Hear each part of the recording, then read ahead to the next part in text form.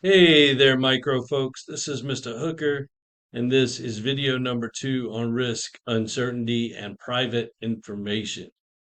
Let's do it. So, buying and selling and reducing risk in the insurance industry, we got two principles. Trading risk to produce mutual gains.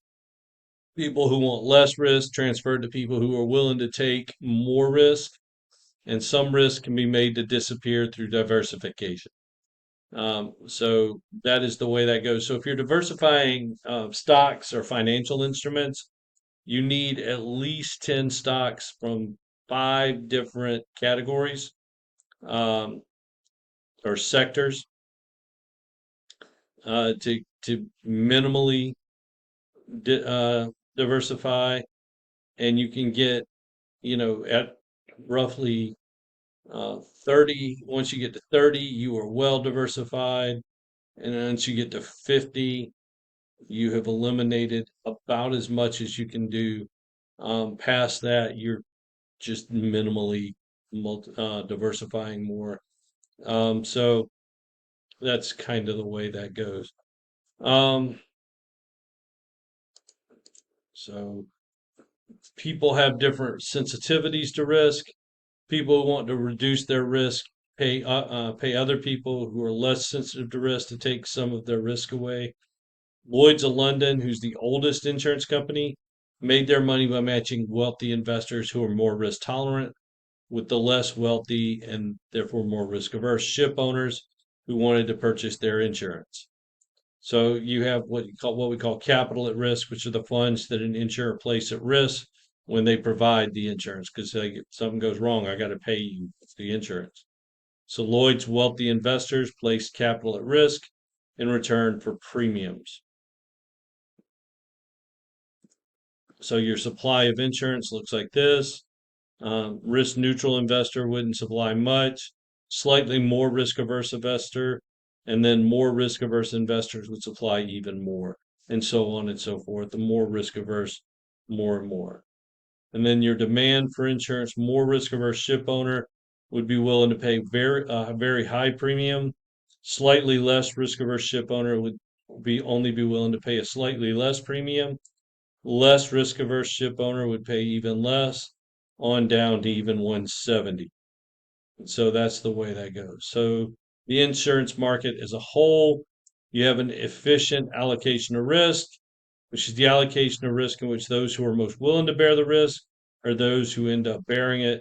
And you see here the equilibrium is at 130 premium. So and at that point, 5,000 quantities, 5,000 policies are sold. Um, so the power of diversification, you can make risk mostly disappear. You can never eliminate all risk. Let me point that out really quick. You can eliminate a little over 90% of the risk, but never all of it. So the diversification is the strategy of investing that reduces the probability of severe losses. Diversification can often make some risk disappear. If events are independent, diversification reduces risk. So independent events is one's no more likely to happen if the other does than if it does not. So how were the British merchants able to survive the risky routes they took? They sent different ships to different destinations that could reduce the probability that all their ships would be lost. So this is the way this worked. So if they send them to the same destinations, probability that both ships arrive is 90%. If both ships are lost, it's 10%. And if both ships arrive, they get a payoff of 2,000. If both ships are lost, they get a payoff of zero. So basically, their expected payoff is 1,800. So if they sent one ship east and one other ship west, both ships arrive. It's 90%. That's 81%. Both ships lost is only 1%. One ship arrives is 18%. So your payoff is 2,000, 1,000, or zero. So once again, 1,800 is your expected payoff. But now your odds are a little bit better with that. So you're getting a little bit better payoff with that. So diversification, investing in several things where the possible losses are independent events. In the modern economy, diversification is made easier because they can easily buy shares in many companies using mutual funds, index funds, things like that. Index funds are the easy way to go with that. Mutual funds also happen. They have a little bit higher cost, but whatever. A share in a company's partial ownership of that company. In some cases, an investor can make risk almost entirely disappear by using the strategy known as pooling. So pooling is a strong form of diversification where an investor takes a small share of the risk in many independent events. But when an insurance company aggregates many independent events, it engages in pooling of risk. So pooling of risk often means that the owners of the insurance companies may not face much risk. So what are the limits of diversification? So it can reduce and in some cases eliminate risk, but there are important limits.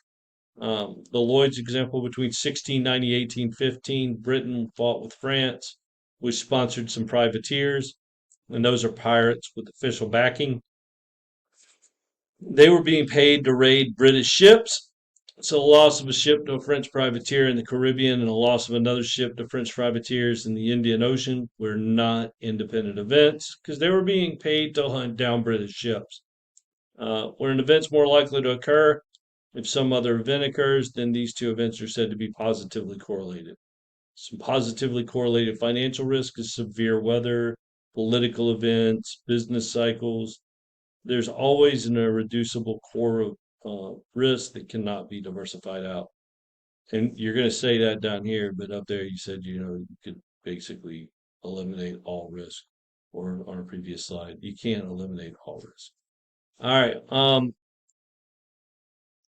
Markets deal well with risk when nobody knows what's going to happen, but markets have a lot of trouble with situations of private information. And so basically, there's information that some people have that others don't. So if you know you're a careful driver, but auto insurance companies don't, like how do you get that across? So private information, also known as asymmetric information, can distort economic decisions and prevent mutually beneficial economic transactions from taking place. There's two kinds. There's adverse selection and moral hazard. Moral hazard happens when the buyer has more information than the seller, and adverse selection is when the seller has more information than the buyer. So let's look at this. Um, Adverse selection because sellers know more about the quality of what they're selling than buyers. They have an incentive to select the worst things to sell. So private information leads buyers to expect hidden problems in items offered for sale, leading to low prices and the best items being kept off the market. So this is the lemons problem. Um, so the lemons problem is dealers have good cars, which are plums, bad cars, which are lemons. Dealers know which car is which, but buyers don't.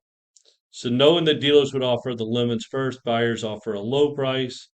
And seeing the low prices, dealers offer only the lemons. So how do we solve this problem? We use screening. You use observable information about people to make inferences about their private information. Um, Women get in fewer accidents than men, so their auto insurance is cheaper. It can be diminished by people signaling their private information through actions that credibly reveal what they know. Dealers offer warranties to repair problems with the cars. That tells you that the car is decent. Um, the long-term reputation allows sellers to reassure others they aren't concealing adverse private information. And then on the other side, we have moral hazard. So moral hazard occurs when someone knows more about their own actions than other people do. And this leads to a distortion of incentives. So, like you already bought the insurance, and now that you bought the insurance, you're not going to act in the same way you did before you bought the insurance. So, like this example, you're already insured. You might not lock your doors as reliably as you did before you had insurance. Some of the crazy ones I've seen. Um, so you have a convertible, you leave the top down and the keys in the car because, hey, it's okay, I got insurance.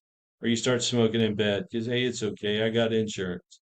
It's crazy stuff like that. And then you have the people that have like flood insurance and they start leaving stuff out. Um, on the side that faces the water that would get washed away in the flood because, hey, it's okay. We got flood insurance. Who cares? Um, so they do the crazy things like that, and it just sort of that's moral hazard. So you start acting less reliable because you have insurance. So what are the solutions for moral hazard? Insurance companies deal with moral hazard by requiring a deductible. So you compensate for losses only above a certain amount so that coverage is always less than the 100%. So the deductible is the sum the insured individual must pay before being compensated for the claim. And that is the end of this chapter. So we have finished, ladies and gentlemen. Thank you for coming on this ride with me, and I hope you had a great semester. We will see you later. Take care.